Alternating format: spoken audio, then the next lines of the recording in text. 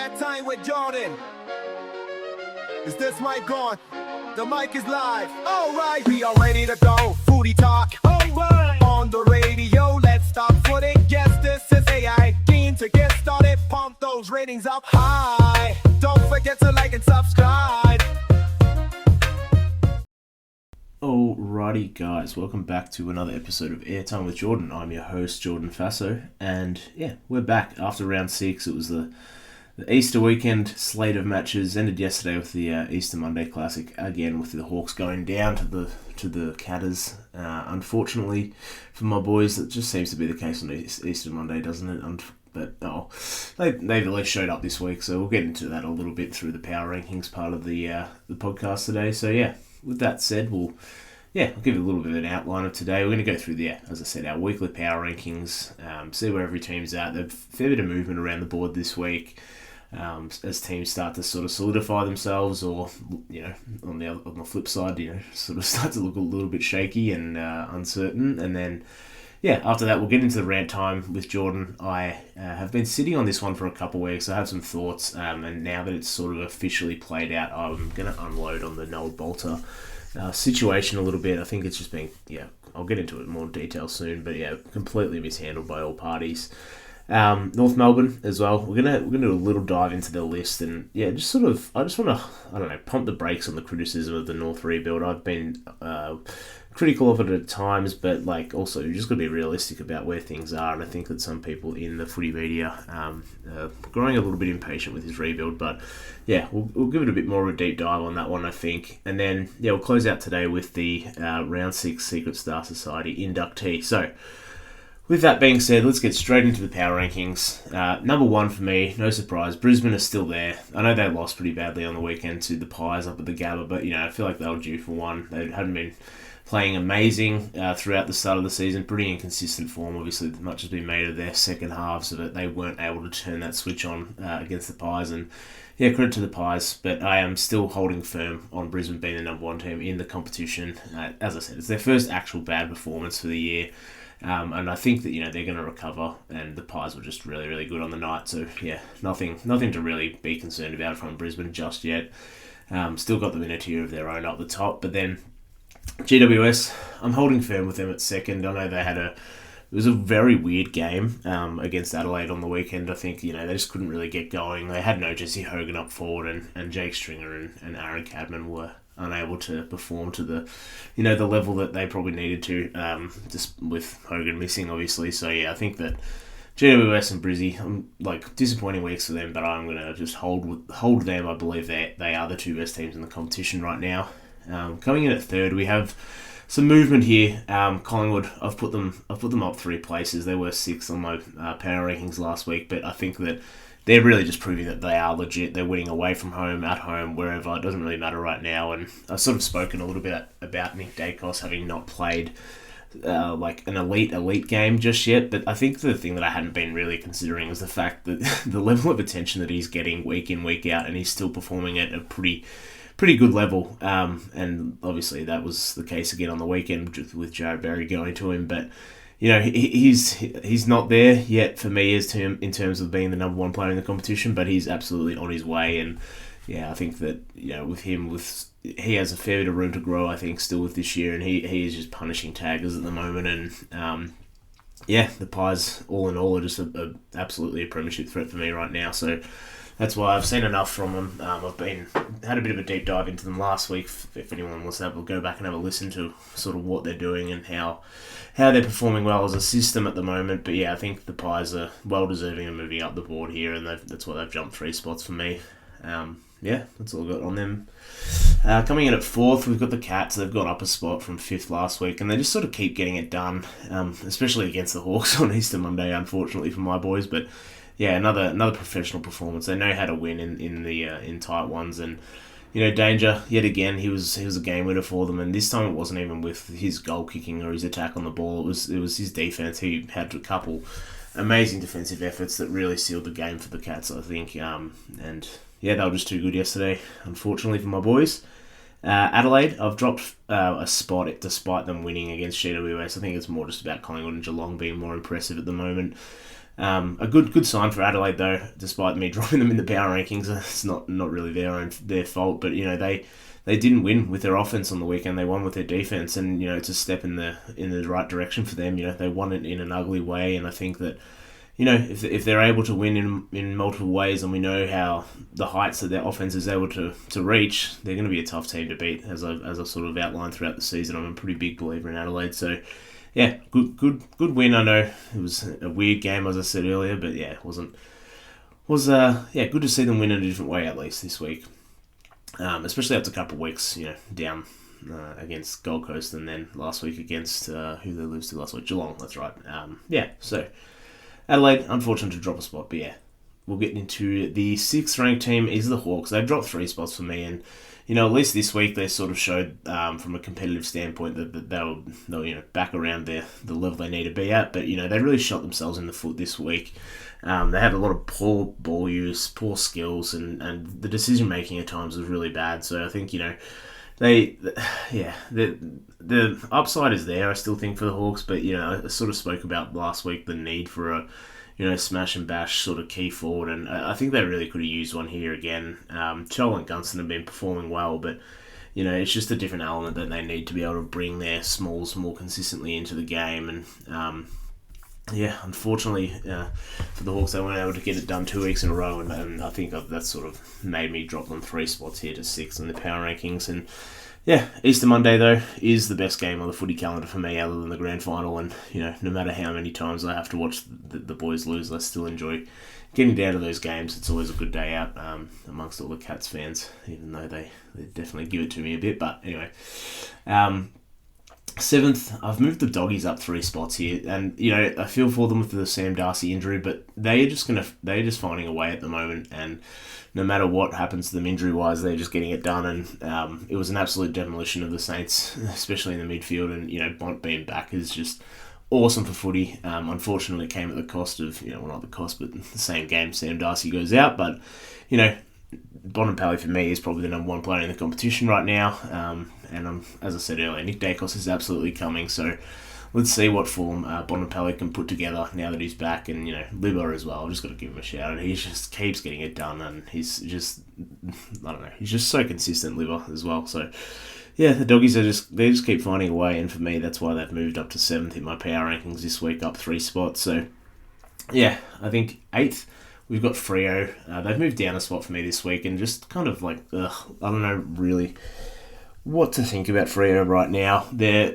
I'm going to give them another week just to show any form of consistency before I sort of have to drop them a fair bit here. But I just don't think I can trust them, and nor do I sort of, in my gut, I just don't think that they're definitely a finals team, which they absolutely should be, given based on talent alone. But yeah, there's just something about this team that you can't trust week in, week out, and that's not a finals team to me. You need to be able to compete and show your best consistently each week or nearabouts. And the gap between their best and their worst is just too big at the moment, and yeah, that's why I can't really trust them that much. 9th, we've got the Sydney Swans. They moved down a spot as well.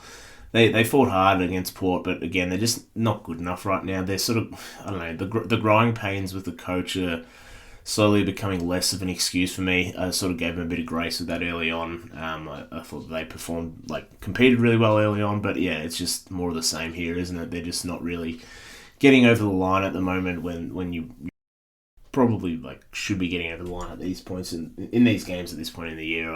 They've had enough experience with the new coach to start winning some games more consistently than this. So that's why I've dropped them again. The Gold Coast Suns, again, I've dropped them a spot. A lot of this was the movement of the Bulldogs here, doing that to these 3 teams. But yeah, the Gold Coast Suns had an absolute stinker on the weekend, and this is why I was hesitant to promote them to a true finals contending team. And I think it was a really poor performance by them. I'm not sure how they really lost this one to a much inferior team in terms of talent and form as well. I know Richmond have been competitive, and they've been a really good sort of story to come out of the year. I thought they would just be, easy beats every week, but they're absolutely competing. But that's no excuse for the Gold Coast Suns. I think, for me, I'm not going to jump on them until I sort of see it happen, and that probably isn't going to be until round 24 for me, or whenever they clinch a final spot, if that happens at all this year. So yeah, not a huge believer in the Suns. Unfortunately, their midfield really didn't perform to the level they needed to against the Richmond mids, who, on paper, I know the Richmond mids still have Taranto and Hopper in there, but and Nankervis, of course, but if the Gold Coast Suns are for real and Matt Rowell and Noah Anderson are for real, we need to see it against this sort of competition. And I think that this was a step back a couple steps back, to be honest, for the Suns. I think this week, unfortunately, and that's why I dropped them a spot. Port Adelaide, I've bumped up one spot as well here. That's 2 in a row for them, and a good revenge win at the SCG against the Swans for knocking them out last year in the prelim. And Connor Reesey playing off halfback has been an absolute masterstroke for them, and you've got to give them the credit there for making that move. And as much as it pains me to say, Kenny Clear's doing a good job over the last couple of weeks. So can't knock them there. I've got to give them credit where credit is due. And I think they're on the track to sort of getting back to a competitive level, and let's see how far they can take this run at the moment. So yeah. That's why I've moved them up. Carlton, 11th. They're 12th now for me. They've moved up a spot as well.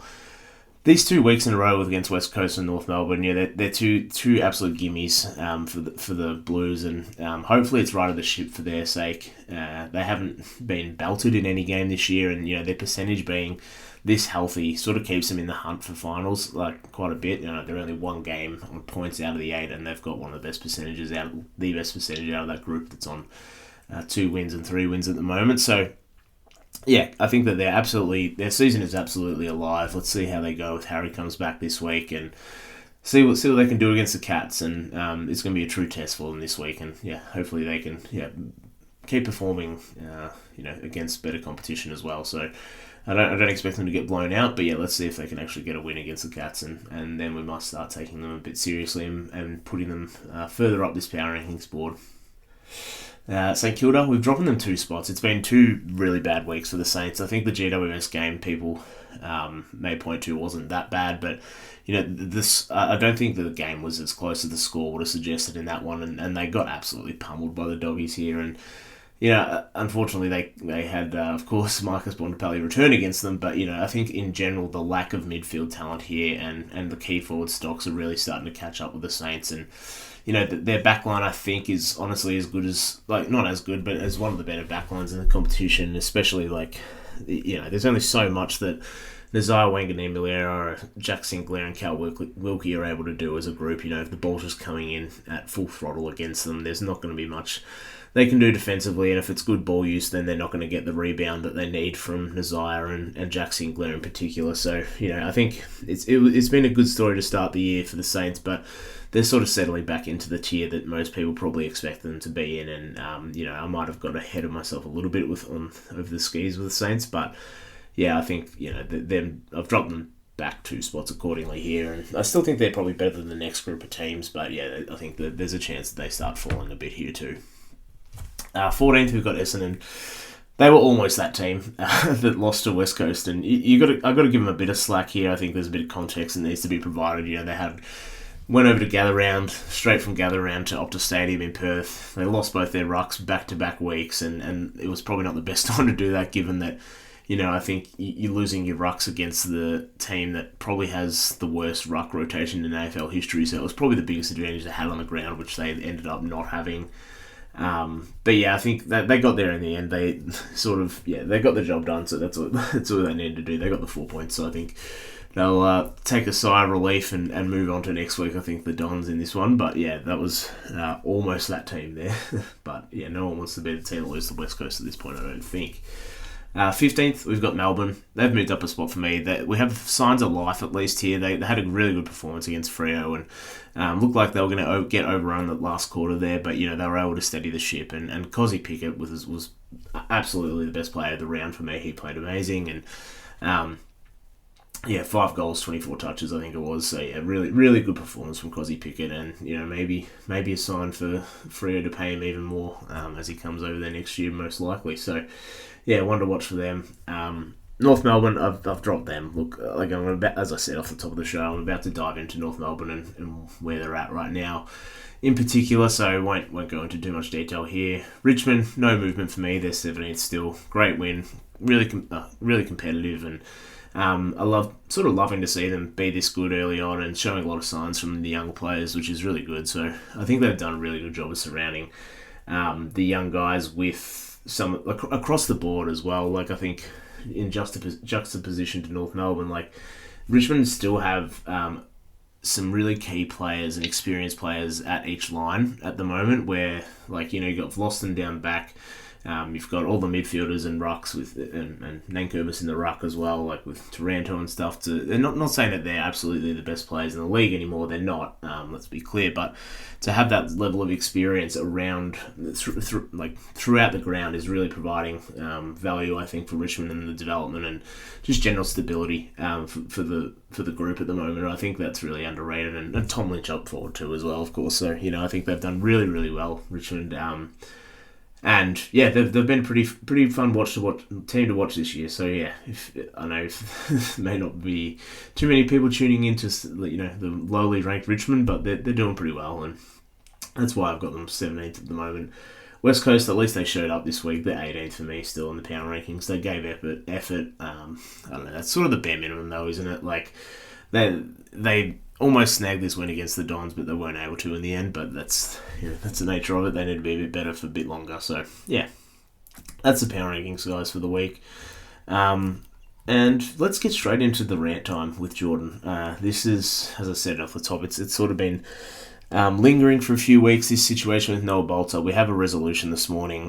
Within the court system anyway, it's a resolution. So yeah, I'm just going to give my general thoughts on this whole debacle that was a debacle for the AFL and Richmond, in my opinion. And I think they really, really made a mistake, the AFL and Richmond, I'm going to talk about collectively here, by not taking a stance. Like, both parties didn't take a stance. They sort of backed Noah Balta or were absent from commenting on the situation, and that's sort of inadvertently supporting male violence, in my opinion, and that's what it sort of signals to the community as well, because everyone saw the footage, everyone knows he's guilty, and yet they sort of tried to victimise Noah Balta throughout the whole situation, which was honestly just a gross take and stance to have, completely tone deaf. And I think that the concerning part for me is that this quote from Adam Uze was in the context of him talking about the suspension that Noah Balta received, which was 4 games, and all the public scrutiny that came along with it. Once the footage came out, Adam Uze said that he'd suffered enough, and that is a quote from Adam Uze. And I'm not saying that you as a football club or as a coach or as the AFL have to blindly support a thug. I'm not saying that. I don't think that that's the case. You just don't have to do that. And if you actually cared about him, you wouldn't support him blindly, but rather let him, bear the brunt of his actions and deal with the consequences that, result from being someone in the public space who committed such a pretty gross crime in the end. And let's not get it twisted. He was suspended for 4 matches before the footage came out by the AFL or Richmond or whatever, and yet Richmond tried their best to articulate it and twist it to the fact that, it was 6 weeks. It was not the case. He missed 4 matches over 6 weeks, so he was only suspended for 4 weeks. Let's not try and exacerbate the punishment to try and make it seem like, he served his time, because in reality he hadn't even faced sentencing at that point. So you're not convincing anyone otherwise. It's a bit ridiculous that you think you can do that as the club, and using Adam Uze as a spokesperson on that behalf, on Noah Balta's behalf, is really quite gross. And the footage coming out does change everything in the scenario. We knew he was guilty based on that. We know, 4 matches was an absolute piss take, especially, when the industry tries to, stamp out violence and talk about head injuries and things like this, and you're giving him 4 weeks for doing this to someone of the public. So I think that's an absolutely ridiculous stance to take. And to try and twist it in that way was pretty gross, I thought, throughout the situation. And if you're trying to mitigate the response from the public, they should have just sat him out until the sentencing was over. You don't have to support the guy. He's done the wrong thing. You can just let almost plead the fifth, for example, and be like, we're going to let the courts handle this. This is a matter for the courts, and you don't even have to make a decision. Yet they interjected and let him play last week against the Gold Coast, which was just a mistake. And the week before, what the AFL saying, like, we stepped in and like didn't let him, or who it was, the Richmond board didn't let him play against in gather round. Like, well, you let him play against 18-year-old kids in the VFL anyway. There's no difference. He shouldn't be playing at all until that happens. So, I think that they could have just avoided this and just waited until the sentencing happened and let the courts actually deal with him. And I just can't believe that the AFL never stood in here. It's embarrassing. And whoever the PR team are at the AFL actually need to be relieved of their duties, because you could have made a stand against it, which aligns with your so-called values, right? They didn't do that. And you could have just, pled the fifth to, for the sake of using an American term, but you could have pled the fifth and waited for the court to decide and played like the innocent, like, oh, we don't know, like, we're just going to let them deal with it. Well, he'll have his punishment soon. Like, let's just wait for that. And then the whole media circus wouldn't have followed with this. But instead, you chose to actually just let him play and actually defend him as well in Richmond's case. And I don't know. It just falls on deaf ears completely. Everyone in the public knew what the situation was, except for you, the AFL and Richmond. And he's a C-grade player at best who you defended to the hills, and it sets a gross precedent for both the AFL and Richmond, I think. And I think they've both come out looking quite poor in this regard. And not to mention the fact that you put him through, but by standing up for him as Richmond and the AFL inadvertently, you put him through more scrutiny than he would have ever received if you just sat him out until the sentencing date. So not only did you piss off the entire community at large, not even AFL, but we've got people commenting on it from all walks of life. The politicians commenting on it and everything, and you didn't even protect him. Like if that's what your objective was as Richmond, to wrap your arms around him, which is what it sort of felt like, you didn't even protect him. You threw him out to the wolves, and obviously. He's not actually the victim. I'm just saying that ironically, but you were trying so hard to shield this guy, and you didn't even accomplish that. So they just failed on all fronts here. And then to use Pat Cronin's dad, Matt, as a defense almost, by saying that you're going to hold meetings with him. Pat Cronin, of course, the unfortunate kid who died of a coward punch, it was around a footy club and stuff like that. I don't know the full story, but that's the general gist of it. But yeah, to use his dad as to bring him in and announce that you're going to have meetings and conferences with him about how to better navigate the situation if this ever did occur again, just reeks of damage control at its worst. And it's so transparent that you may as well not have bothered doing it. He himself, Pat Cronin's dad, had a clear stance on this issue. He was interviewed by the news, I can't remember which station it was, but he in that interview, he announced he was disappointed. He is a Richmond fan. He's questioning his support for the club, and he quite clearly thought it was a disgusting act by Richmond and Noah Balta, of course, in general. So I don't really understand why the AFL is bringing him to better navigate the situation. You guys are the professionals. You should know how to navigate this situation. You have the morals. You set the standards quite consistently, and virtue signal to the public what you think. People should believe on certain issues, and this one was quite clear, and you completely fumbled it. So all in all, it was so poorly handled by Richmond and the AFL, who tried their hardest to block the external noise and to try and portray him as the victim here. And you know what? I think that they've come out really looking quite poor, and I think they can't wait to put this whole situation behind him and behind them. And now that sentencing has been completed today, that sort of wraps this whole debacle up. Well, not even. It's going to continue because of the nature of what was sentenced, and he's been given a community order, and that includes a curfew for 3 months in which he has to be home in bed by 10 p.m. So rightly, Noah Balta is being treated like the impulsive child that he showed the world that he is, and I think that this is, I think he got off very lightly. I think that hopefully everyone has learned from this situation. Violence, there's no place for that stuff anywhere in the world. When the AFL wants to condemn it on the footy field, but they won't even do it when one of their employees is doing it in the community. So really, really poor situation. And you know what, I don't know, I think the only thing that is going to come out of this is if the AFL is able to understand there's a better way to deal with this going forward, then I really hope so, because they completely stuffed this one up. And I feel like it's left a very, very bad taste in everyone's mouth involved. So yeah, hopefully no more violence in the community, and definitely no more interjecting by Richmond and AFL on those matters, because it's quite clearly they don't understand the gravity of the situation, and they tried to weasel their way out of it. So That's all I've got to say on that one. As you can say, I'm pretty. Yeah, I think I sort of reflect the views of the majority here that this has been an absolute debacle and poorly handled. So yeah, let's see where it goes from here. But yeah, I don't think I'll be talking about this one again for a while. So yeah, that's where I'm at with that situation. Alrighty, with all that being said, let's get stuck into the North Melbourne situation. It's not as grim as that topic, which is probably ironic. Some North Melbourne people might disagree with me, given the sort of length that this rebuild is starting to take, and it is, I guess, grim in a different sort of way. But yeah, let's get back to talking footy and the North situation in particular. Obviously, a very bad loss on the weekend against Carlton.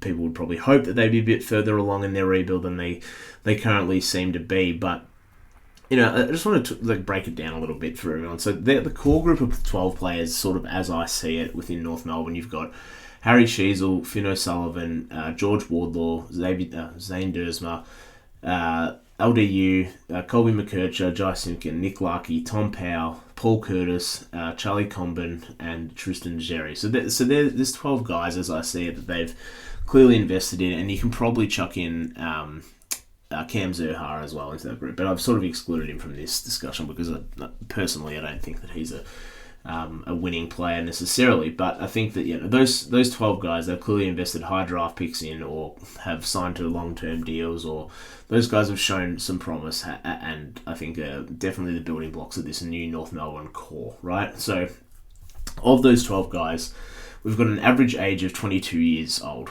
right? 22.42 if you want to get specific. We've got an average games played of 62.42.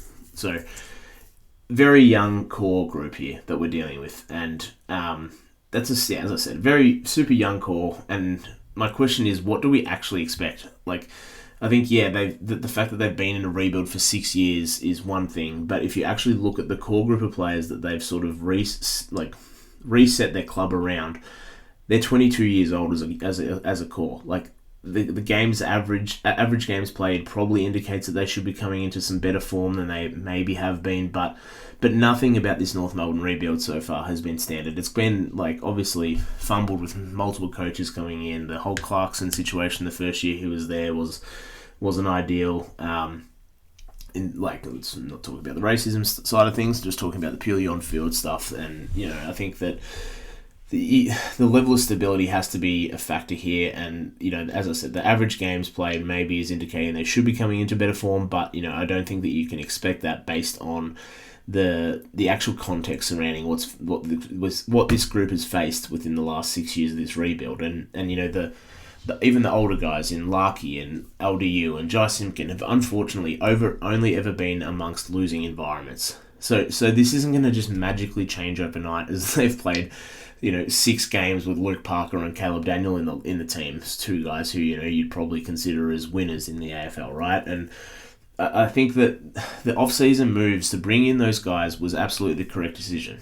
They needed some adults in the room, and unlike previous years where they were sort of copying the losses like this, at least this year you can sort of hang your hat on, we lost that way, but at least we have some veterans in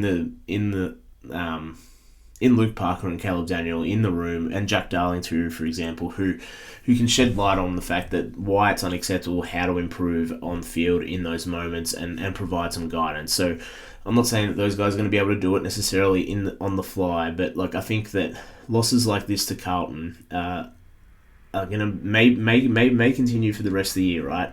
But I think that they have the people in-house now where we can expect some level of response or some level of learning from those losses. It's not just falling on deaf ears. I've used that term in the podcast before, but you're not just we're a young group, what are we going to do? We're going to lose like that. No, now they've got some guys in the room who are going to show no, we can improve in these areas that they may not have had in the previous years. And I think that if by bringing those guys in, they're still copying these losses, and those guys probably didn't expect to be losing like this badly into the season, but if they can slowly raise the expectations from within and the standards, then it's going to go a long way in helping this rebuild, I think. And, as a fan, I can't imagine what it's actually been like the last sort of 5-6 years, but it doesn't make these losses any easier to stomach. But I sort of am holding out hope in the fact that maybe they are better equipped to deal with it this year than they have been in previous years. So I think that the average age of that core being so low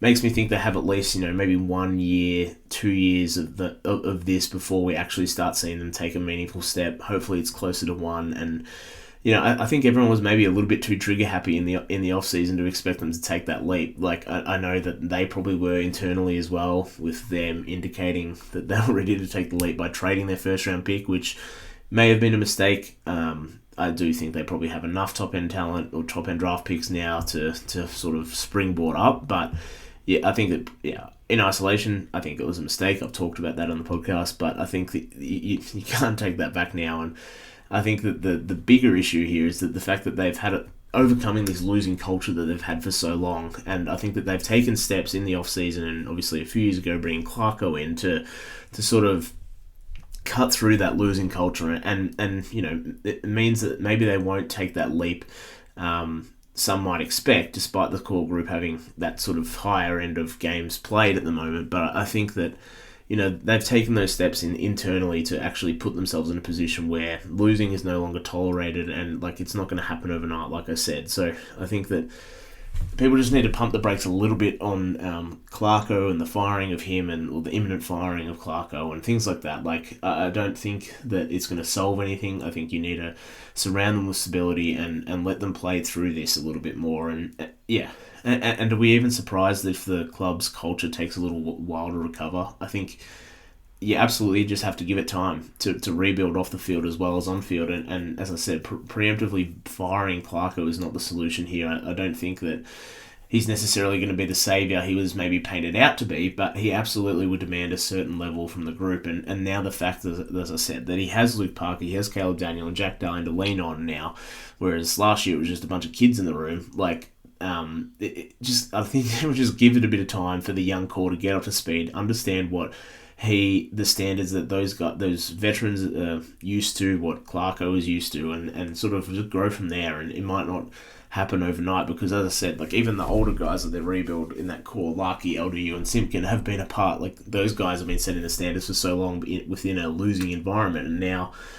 the shift is coming off the field, and I think that it's sort of, to me, it almost feels like the first or second year of a rebuild, where they're at right now. I think we have to sort of reset the posts for North Melbourne a little bit, because it's only now that they've got this structure around them. I feel that they can sort of start to properly develop and properly, sort of start to springboard, and then maybe it becomes a bit quicker. Maybe it's not a 4 or 5 year rebuild from this point on. Maybe next year we see the growth and we see LDU go to another level, and Shees will go to another level, and Colby McKirch is in his third year, and he looks like one of the best young players in the league, and George Wardlaw is able to stay healthy and provide them that real grunt inside that they maybe miss at times. And I just think my general point is, let's not just doom and gloom North Melbourne's rebuild at this point. I think it will take some time. This, unfortunately, is not a Geelong or Sydney situation who have the benefit of having stable winning cultures over a long period of time. So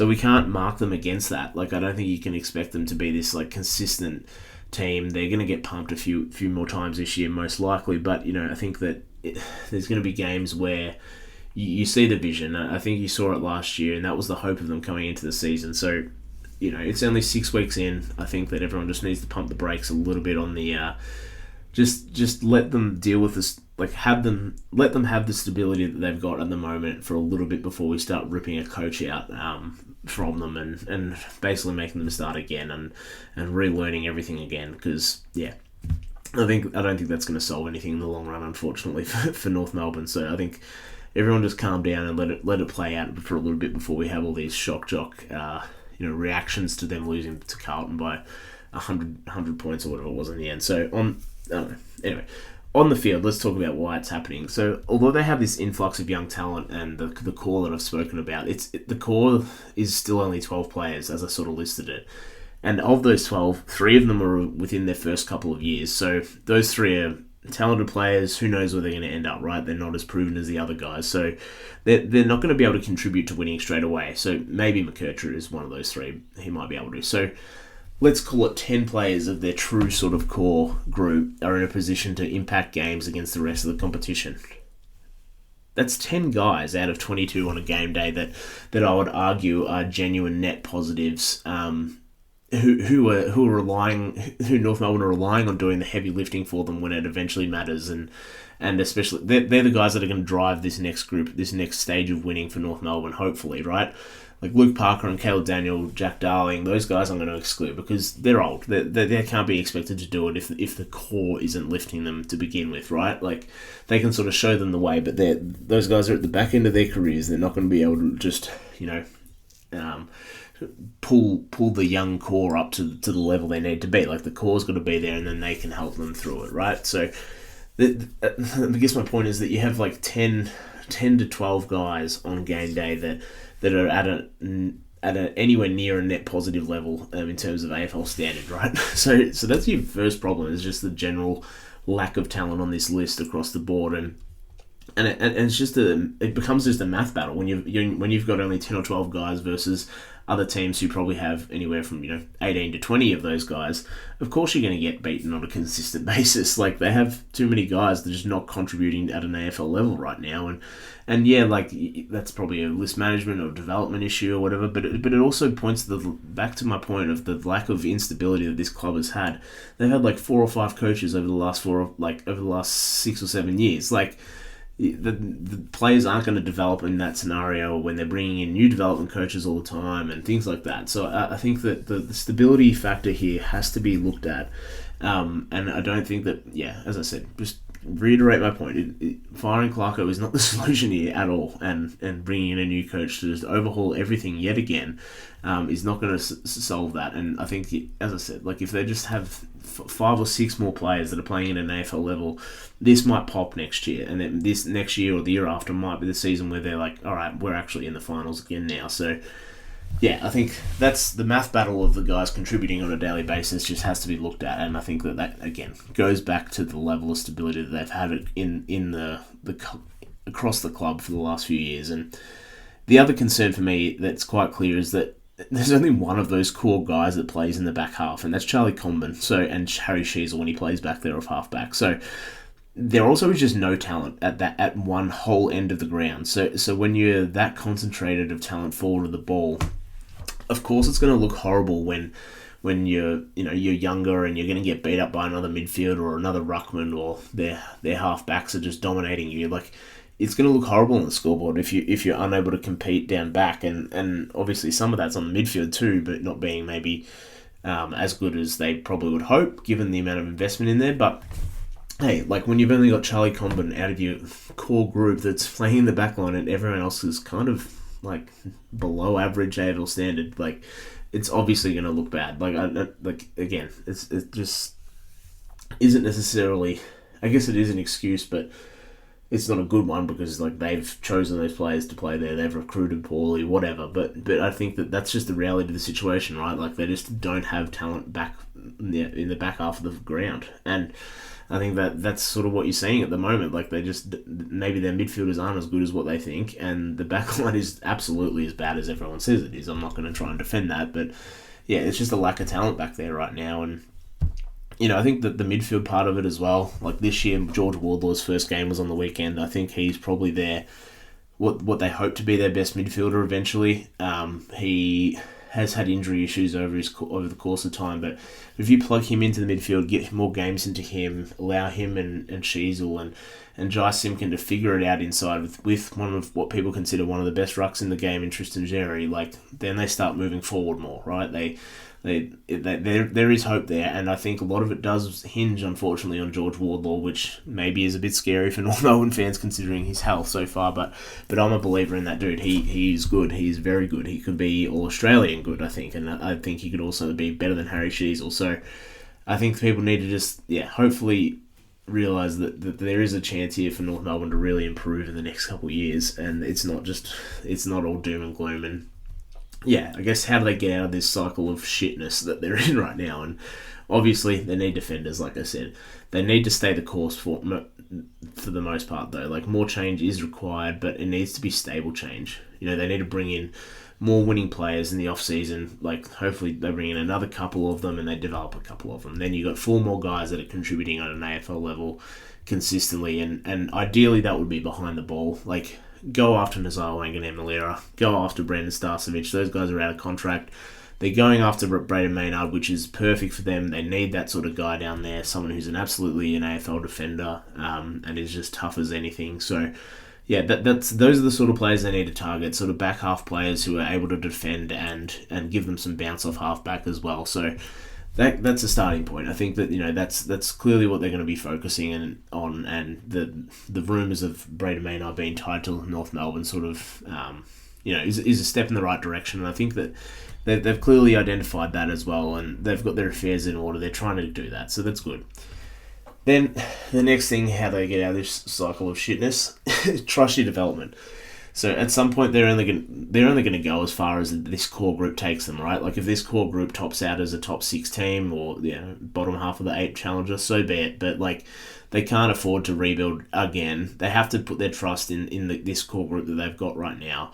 And if they can't get any A graders throughout that core that I spoke about, then it's all for nothing anyway. So like they're only going to go as far as this core group is going to take them now, because you're unable to bring in that amount of talent, the level or amount of talent through trades and free agency. So I think that, trust your development team and trust that you've got the right guys in store now, so in-house now. And I think that's going to go a long way as well. So we're not trying to, they're only going to go as far as this group's going to take them anyway, so just trust the fact that you've got them in the house. And then start supplementing like with trade and free agency. I think in terms of players that I like, I think we all know Sheasel's going to get there. I really love McKercher as well. I think he's an absolute potential A grader. Georgie Wardlaw is Crash Bandicoot out there. He just makes stuff happen. He's a bit crazy and chaotic, but it just works sort of. And he plays with this ferocity that I don't think you really teach. And I think that once his foot skills sort of let him down at the moment. But if he's able to tidy that up, then he starts to look very, very interesting to me. As I said, I'm very high on George Wardlaw. Have been since his draft year, and I think that I think he's sort of the key to unlocking all of this to me. Like their midfield goes from okay to really, really good if he starts to hit. So he's the sort of swing guy for me for them. Nick Larkey arguably is the best key forward in the competition. I think, especially when you start to consider what he's accomplished with lesser talent around him. I think that is an absolute argument you can make, and I think that the high end talent is there, and they have it in that core group. I think that as long as there is some hope, and when you squint, that you can see a sort of a preliminary final core group there, I think that you can sort of acknowledge that they are on the right track if everything hits, and that's what you're going to rely on if you're North Melbourne. You need to just you need to have the hope that everything's going to hit from here on out and keep working on it. So yeah, my general point, just give it some time. It will change, and I know it's been a long time for North fans, but I know they don't have the first round pick this year and stuff, but they just need to give this group the studio space to sort of figure it out on their own. I think this, as I said, this is sort of the first year where they have a bit of structure around them on field coaching, which is going to go a long way with Luke Parker, Caleb Daniel, Jack Darling. There's no saviour. There's no coach who's going to magically fix this. They've got Clarko in this core for now, so maybe he doesn't coach them to the next premiership, but I do truly believe that he's going to get them out of this dungeon that they've been in for a few years now. So yeah, with that being said, Kanga. Today we are going to end the show with our Secret Star Society inductee for round 6, and that is the Richmond Tigers draftee, 14th overall pick, Jonty Fall, key forward for the Tigers, and just hasn't lit up the scoreboard or anything for me yet. But there's just, I feel like when you watch players and you just see some signs, you just sort of know that they're going to be good, and for me that's Jonty Fall. So I think that on the weekend against Gold Coast, it really, I don't know, it was a good showing for him, and I think Mac Andrew, who is his direct opponent, thought that playing on a second gamer might play Mac Andrew back into form, but really it sort of just made him more and more frustrated at how good and tough Jonty Fall sort of made his life in the end. And I definitely understand I'm going pretty early on this one. There isn't a huge sample size. He's only played 2 games, but I really think the Tigers have found the heir apparent to the Tom Lynch, Jack Rewalt forward line, or the key pillars up forward, and he as I said, he just showed some signs, and he's great at ground level, has clean hands from what I saw, and he's really mobile for a big fella. Like, he's not the biggest key forward, he's 195 centimeters, so absolutely big enough. But yeah, I think there's some of the traits that he showed at ground level for a big guy, and his general competitiveness as well was really, really strong, I thought. And yeah, as I said, just has a few traits that's going to make him a tough matchup, especially as he gets physically stronger, and there aren't many key forwards from at that age, especially, who are as mobile and as clean as he looked on the weekend. So I'm really, really keen to see how he develops as the year goes on, and I think more broadly speaking, for the Tigers, like the early stage of this rebuild is looking really good with obviously Sam Lawler and Jonty Fall as well, showing some real promise at the moment. So yeah, very excited to see what Jonty Fall can do for the rest of the year, and I think that I think that he's probably one of the key forwards that people are going to start recognising in the next couple of years. And excited. I think Tigers fans should be excited. I think they've got a good one here. Alrighty, guys, that's enough for the podcast today. We'll be back next week, and short turnaround this week. Footy on Monday, or Easter Monday, and straight back into it on Thursday night. So keen to get back into it, and have a good week, guys.